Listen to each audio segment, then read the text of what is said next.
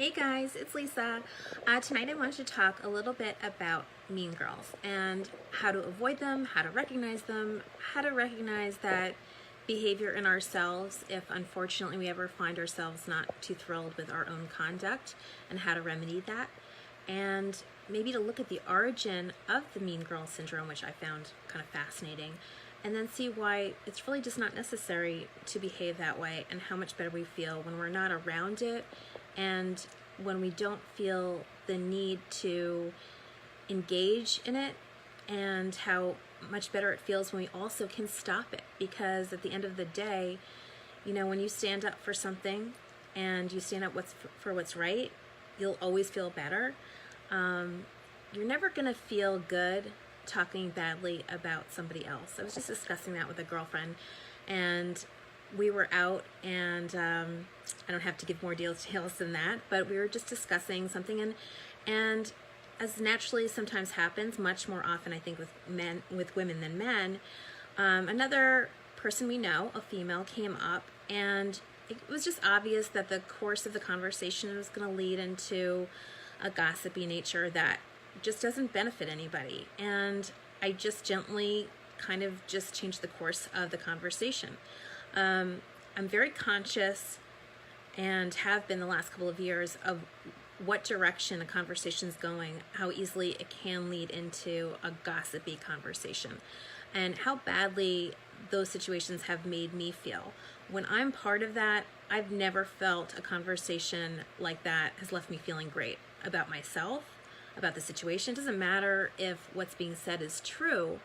What matters is it's just an icky feeling, and it's not cool, it's not necessary. If you're an interesting person, there's enough to talk about in this world than about anyone else and their business. It's none of our business. And that said, I wanted to talk a little bit about mean girls, the mean women they sometimes become, unfortunately. I always hope that they haven't. I think back to my own childhood and know for a fact, as much as I can, that one of the girls who was a quote-unquote mean girl to me turned out to be by all measures, it seems as if she's a lovely woman, a lovely mother, a Facebook friend, and she probably isn't even aware that she really affected me in any way as a child, and that a couple of incidents really hurt me. But I think it comes down to intention in one's heart, and when you're a kid, of course, there's all of those things at play about being accepted, but there really always are.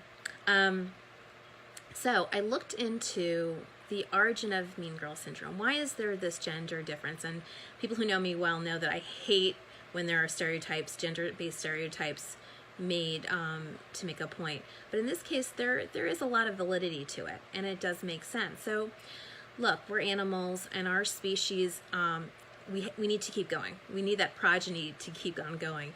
And so apparently the reason for mean girls is multifold.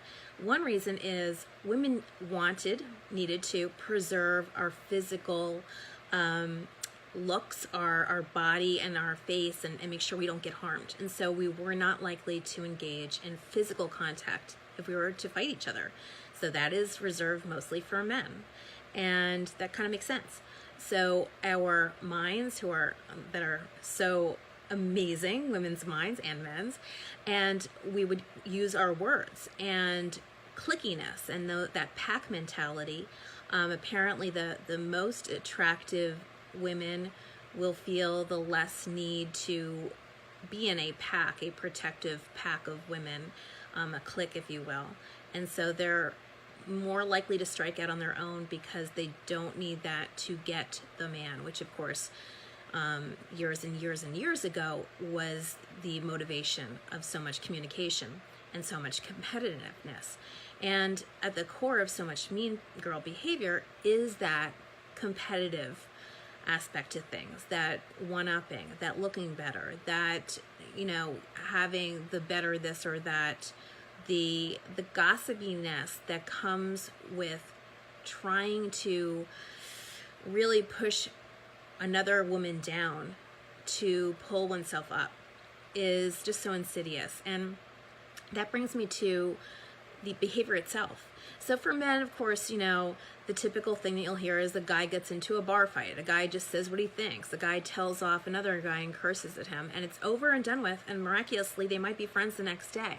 And for women, not so much. So women tend to do things that other women, if you're the victim of mean girl behavior, of course you'll understand this, where you'll say, but I know the look she gave, or I know she just whispered, or she looked over at me in that way, or they're all talking about me, and it's true, and it's so frustrating because you can't prove it. And if you get the courage up to say, hey, I know you said this, I know you did this, you're more likely than not to get, I don't know what you're talking about, never happened. And I know that there have to be women nodding right now who've been through that many times, unfortunately. And it's not fair, but it is what happens.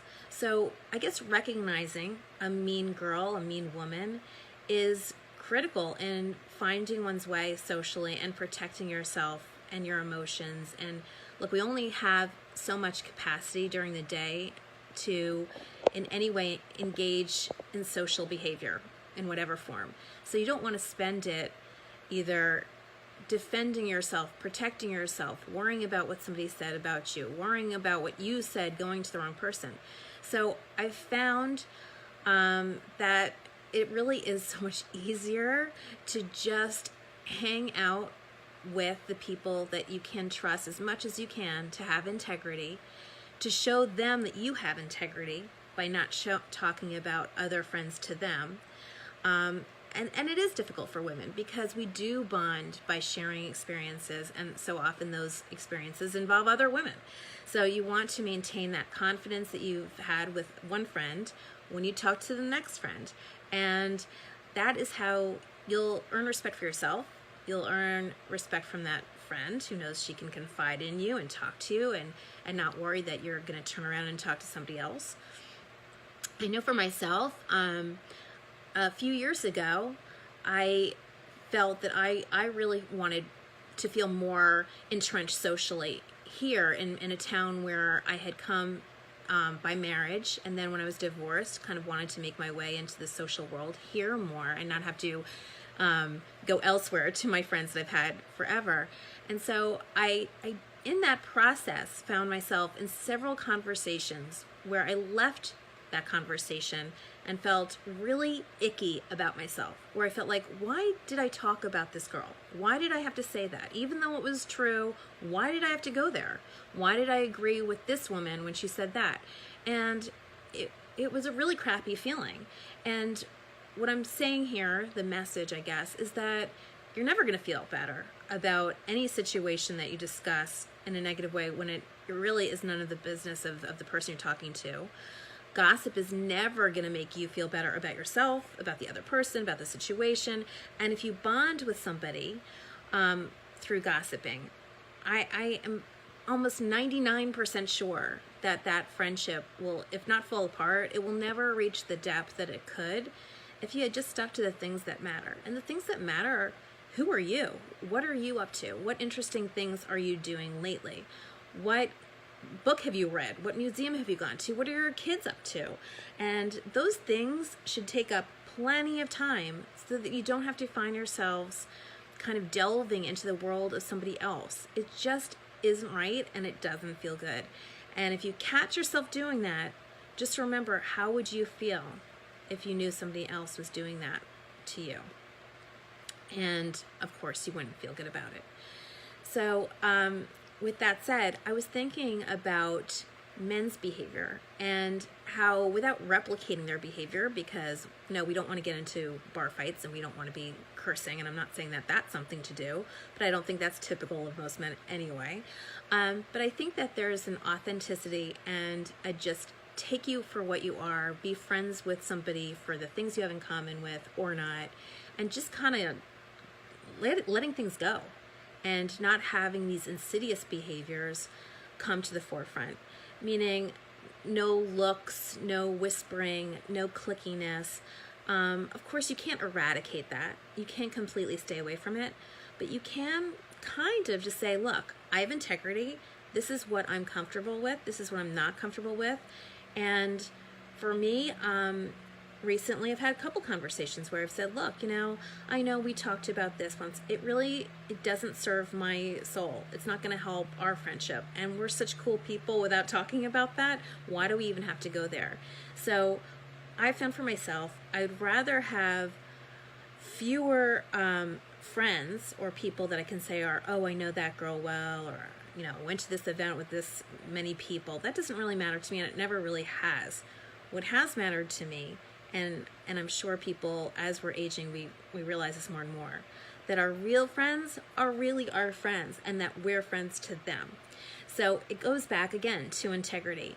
When I leave one conversation with one girlfriend, that I don't go to the next girlfriend and discuss that conversation negatively, if at all. If the first girl says, hey, look, you know what, this is out there and it will help me if I gather information about what people think, of course, that's different. I had very rare occasions where somebody would ever say that to me. So you have to kind of just assume that what happens in one conversation should stay there. And then there's this divide and conquer thing that women do that men just don't seem to do, at least not very much. And that is, women tend to make one friend, make one friend, make one friend, here, there, and there, and kind of keep them separated. And in that way, there's not that inclusivity that you see more often with men.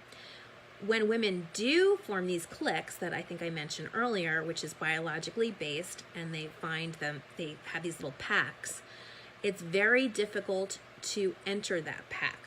And I like to stay clear of those packs, because when you see a pack of girls, and if they're very easily defined as a pack of girls, they're giving you those cues that you're not welcome anyway. And at my age, I really don't want to be welcome in a pack like that is so clearly defined. Now, of course, if someone's kind enough to say, hey, you know what, come out with us, you're welcome to, or bring a friend, or one of them wants to meet you on their own and then brings you in, that's lovely, that's wonderful. But there are those very, very easily distinguished packs that harken back to high school or even junior high. And for me and my true friends, we found that we want no part of that. Which brings me to another facet of Mean Girls, or just women's behavior in general.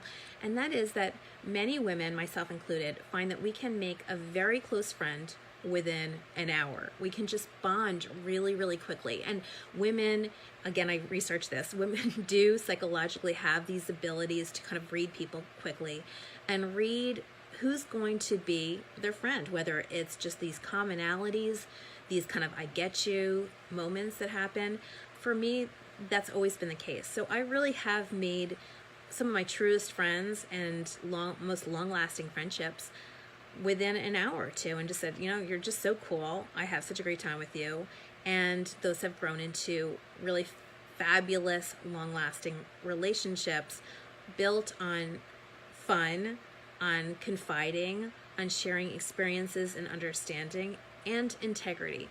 So I think that is a place to just start a conversation about how to maintain one's integrity, how to kind of not be vigilant about your behavior, but get yourself into a pattern where you just don't allow that kind of negativity near you. And another thing about integrity and good behavior is that if somebody is acting meanly about another woman and a friend, or just another woman, just not being kind, it's okay to stand up for that person. It's okay to take that chance that you might lose a friend. You might offend a friend. Maybe that's not truly your friend, if this is the behavior she's engaging in. And just say, I can't listen to this. It makes me uncomfortable. I really don't want to talk this way about somebody else. And for me, I've evolved that way. It's never too late to change what you're okay with talking about. It's never too late to change your own behavior. And it's never too late to stand up for somebody else and say, you know what, we're both going to feel better if we don't go there. So I really just would implore anyone who's ever questioning their own behavior to say to yourself, it's okay. It's okay to be introspective and say, you know what, that wasn't cool.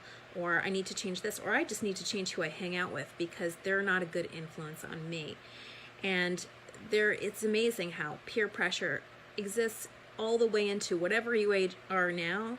Your age really is irrelevant. I mean, it starts when we're young, and for some of us, it never ends. Some of us never really cared.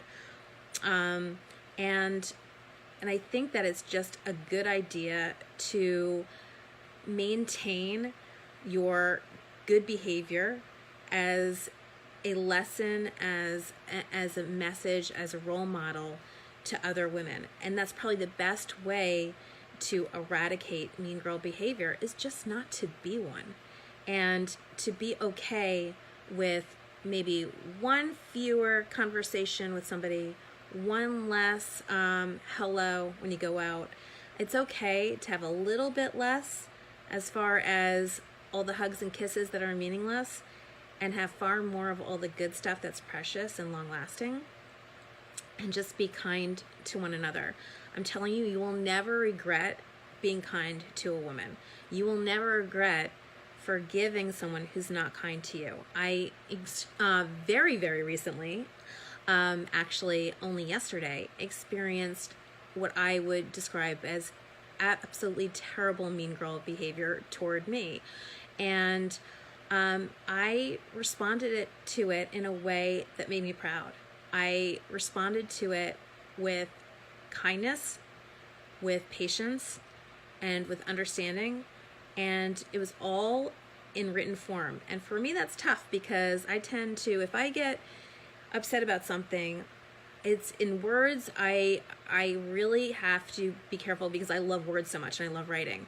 But I was watchful for every word, and I knew that this person had to be hurting to lash out at me. And I realized it wasn't a personal thing at all. It came from that person's feelings about herself.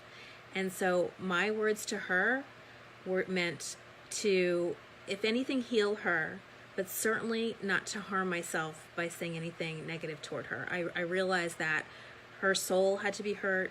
Some part of her was hurt to say the things that she said to me. And that is something I was proud of, and that's definitely something that comes with both age, learning, just kind of getting it in a way that you don't, perhaps when you're younger, but just lessons learned in life. And again, as I said, a few years ago, I had a couple of conversations that just left me feeling like this is not me, and it's not the way I conduct myself, and no one feels better acting in that way. So I'm going to leave this conversation now, get on a conversation with a good girlfriend that I've known for a very long time. And I hope all of you have a great night. I hope all of you conduct yourselves in a way that makes you proud. And if you mess up in any way, whether it's mean girl behavior or eating a candy bar or whatever it is that is something that you're not really happy about, as I've said before, it's never too late. I've said this in other videos. You can always change your behavior, and it's a learning process. So all of these videos are about us kind of traveling through life and learning little bits and pieces as we go. And we're all works in progress, and it's okay.